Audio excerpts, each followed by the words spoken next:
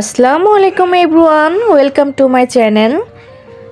আমার ব্লগে আজকে সবাইকে সুস্বাগতম। সকাল সকাল চলে আসলাম। এই যে দেখেন আমাদের বাসার ছোট্ট ছোট্ট সদস্যরা কি করতেছে এখানে।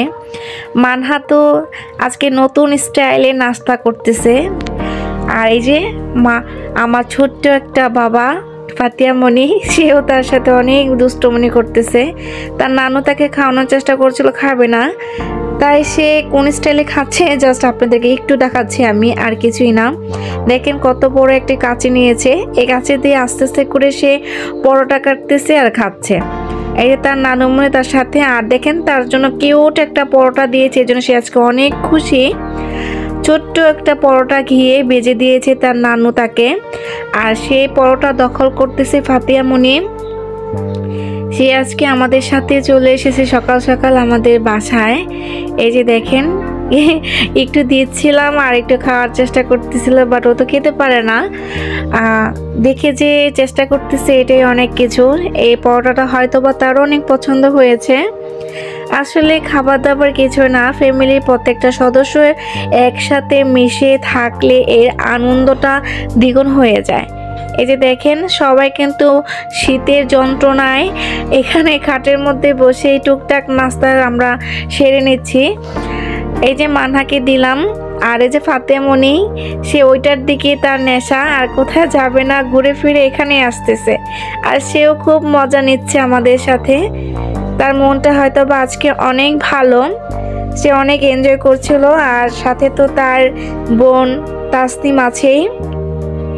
পরোটাটা অনেক গরম ছিল, আমি হাতে ধরতে পারছিলাম না। মানহাকে একটু ছেড়ে দিচ্ছি, সে একটু নাস্তা করো, এই আর কি। এই যে ফাতেমণি তার চাচুর কাছে যাচ্ছে যে তার পরোটাও সে খাবে। খাওয়ার বেলা আসলে কিছুই না, বাট মজা করছিল, মজা নিতেছিল, এই আর কি। আমরা সবাই বসে আড্ডা দিচ্ছিলাম। এই যে সে অনেক খুশি আজকে। আসলে বাচ্চারা হ্যাপি থাকলে সব কিছু হ্যাপি। আর একটা জিনিস দেখেন, এই যে ফাতিয়ামণির বাবার ঈদের যেই নতুন কালেকশনগুলো কিন্তু অলরেডি চলে এসেছে। এটা কিন্তু জাস্ট স্যাম্পল, এখানে অত বেশি নাই, টুকটাক করে এই যে গোছানো হচ্ছিল। তার বাবা এগুলো সব নিয়ে যাবে তাদের দোকানে।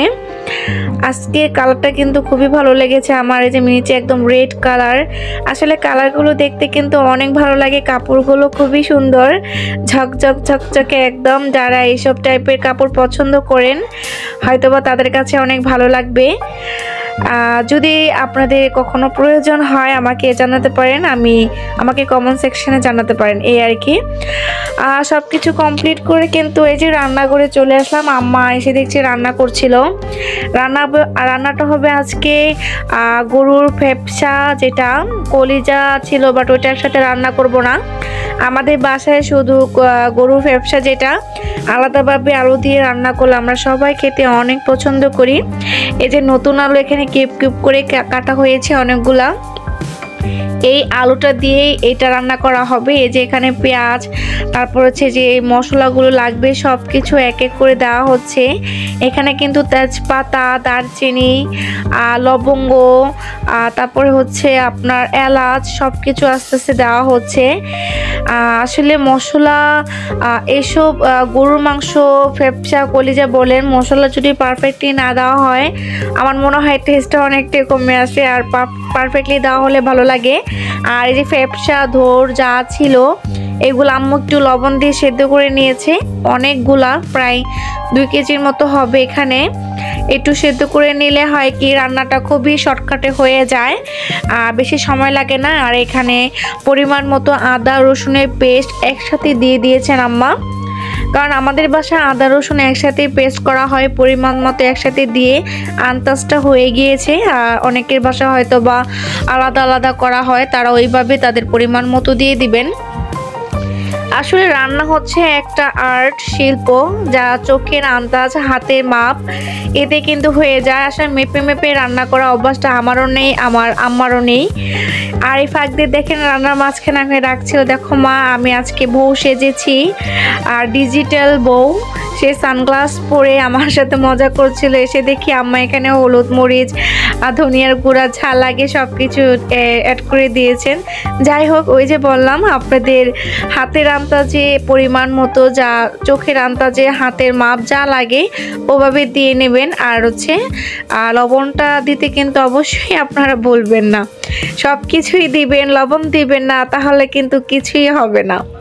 আর যে দেখেন আম্মা কিন্তু অল্প অল্প করে একটু একটু করে এটা কষাচ্ছেন। আসলে কষানিটা ভালো না হলে তরকারিটা কখনোই ভালো হয় না। এটা কিন্তু আমি সমস্তটা আমার আম্মুর কাছ থেকে শিখেছি। আর আমি কিন্তু প্রত্যেকটা ভিডিওতেই বলার চেষ্টা করি, কারণ তরকারির মজাই হচ্ছে কষানো। আপনি ভালোভাবে কষাবেন না, তাহলে তরকারির টেস্ট কিন্তু অবশ্যই ভালো আসবে না। এই যে দেখেন আম্মা কিন্তু অলরেডি একটা কষানো দিয়েছে, এখন হয়তো বা পানি দিয়ে দিবে এর মধ্যে। আর একটা সিক্রেট আপনাদেরকে বলি, এই যে মাংস বলেন এইসব তরকারিতে আপনারা সব সময় ফুটানো গরম পানিটা অ্যাড করতে চেষ্টা করবেন। আম্মা কিন্তু আমাদের গ্যাসের চুলাতে এখানে গরম পানি বসিয়ে দিয়েছে। এই যে দেখেন কি টকবক করে ফুটতেছে। এইটি একটা বিশেষত্ব, কারণ এটা বেশি সময় লাগে না আর অবজার্ভ করে নেয় মশলাটা সুন্দর করে, এইটাই। আর খেতেও খুব ভালো লাগে। এখন এটা পানিটা, গরম পানিটা দেওয়া হয়েছে মশলাটা সুন্দরভাবে কষানো হওয়ার পর। এখন এর মধ্যে আম্মা একটা জিনিস আগে দিবে, আপনাদেরকে আমি দেখাচ্ছি এখনই, কারণ আমি এই পুরো রান্নার ভিডিওটা আমি নিচে থেকে করেছি। এই যে দেখেন এটা কিন্তু ধোর বলে গরুর, আর আমি তো ছোটবেলায় এটাকে একটা নামে ডাকতাম কুরকুরানি। আসলে কারা এই নামে ডাকেন আমাকে আসলে জানাবেন। এটা খেতে আমার অনেক পছন্দের একটা খাবার। আম্মা এই ধোরটা সিদ্ধ করা আছে, তারপরে এটা আগে দিচ্ছে, কারণ যেহেতু এটা একটু শক্ত টাইপের হয়, আগে দিলে হয় কি একটু নরম নরম হয়ে যায়। এই যে এখন ফ্যাপসাগুলো দিয়ে দিবেন।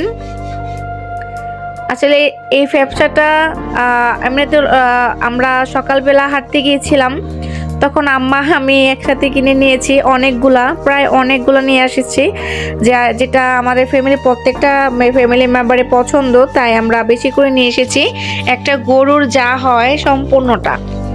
এই যে দেখেন এখন কিন্তু সম্পূর্ণটা দেওয়া হয়ে গিয়েছে। এখন এটা আমি আরেকবার কষিয়ে নিব।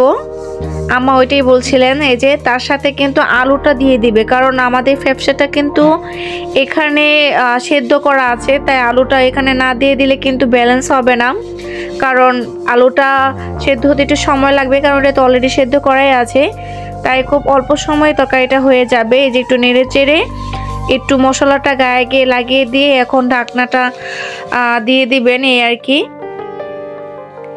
আর তরকারি কালারটা দেখেন কত সুন্দর এসেছে, বাটা মশলা যে কালারটা আসে অনেকটা কিন্তু সেইটাই এখানে এসেছে। এই যে দেখেন এখানে কিন্তু এখন হালকা হালকা বলক চলে এসেছে, একটু একটু করে মশলাটা ভিতরে ঢুকাই দিতেছে আম্মা, যে একটু মাখা মাখা করে কষানো হওয়ার পরে এটার মধ্যে একবারে ঝোলের জন্য পানিটা দিয়ে দিবেন, এই আর কি।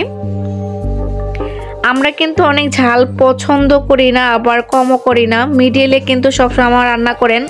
বাট আজকে কেন যেন মনে হলো আমাকে বলতে যে আম্মা একটু ঝাল ঝাল ঝোল করে রান্না করো। এই যে দেখেন আমি কিন্তু এক পিস নিয়েছি লবণটা টেস্ট করার জন্য। এটা আসলে আমার অনেক মানে কি বলবো বদভ্যাস না, আসলে এটা আমি ছোটবেলা থেকে করি। আমার ফ্যামিলির অনেক মেম্বারই এই অবস্থা, রান্নার কষানো থেকে অলরেডি অনেকগুলো খাওয়া হয়ে যায়। এই যে এখন ঢাকনা দিয়ে দিচ্ছে। এই যে দেখেন এখানকার যে ঝোলটা একটু ঘন হয়ে এসেছে, অনেকটাই কষানো হয়ে গিয়েছে। আর এই যে কষানো থেকে আম্মা আরও দিচ্ছেন যে খাও, এখনই মজা, পরে হয়তো বা খেতে না ইচ্ছে করতে পারে। সবাই খাচ্ছিল একটু একটু করে, সবাইকে দিচ্ছিল। এই যে আম্মা আবার কিন্তু এখানে ফুটানো পানিটা দিয়ে দিলেন পরিমাণ মতো, আরও দিবে, কারণ একটু ঝোল থাকবে হালকা হালকা, বেশি বোনা বোনা থাকবে না, কারণ হচ্ছে যেহেতু এটা আলু দিয়ে তরকারি রান্না করা। এই যে জিরাটা আম্মা এখানে ভেজে নিচ্ছেন, কারণ এই তরকারিতে যদি জিরা না দেন তাহলে গ্রানটাই মনে হয় যেন বের হয় না। এটার মেন হচ্ছে জিরা ফাঁকিটা, এটা দিয়ে দিলে কিন্তু আমাদের রান্না অলরেডি কমপ্লিট। আজকে আমি আমার ব্লগে আপনাদেরকে এইটাই দেখানোর চেষ্টা করেছি যে একটা পছন্দের তরকারি, তা যদি মায়ের হাতের হয় কি সুন্দর করে রান্না করে খাওয়া যায়, এটাই আর কিছুই না। হয়তোবা আমার ব্লগটি আপনাদের কাছে ভালো লেগেছে। আর যারা নতুন অবশ্যই সাবস্ক্রাইব করে দিবেন, আর একটা লাইক তো অবশ্যই পাওনা আপনাদের কাছ থেকে। আর আপনাদের যদি আরও কোনো বিষয়ে জানার থাকে, কোনো রেসিপি, আমাকে অবশ্যই কমেন্টে জানাবেন। আসলে আপনাদের একটা সাবস্ক্রাইব, একটা লাইক, একটা শেয়ার আমাকে অনেক দূর এগিয়ে নিয়ে যাবে। আশা করি আজকের ব্লগটি আপনাদের ভালো লেগেছে।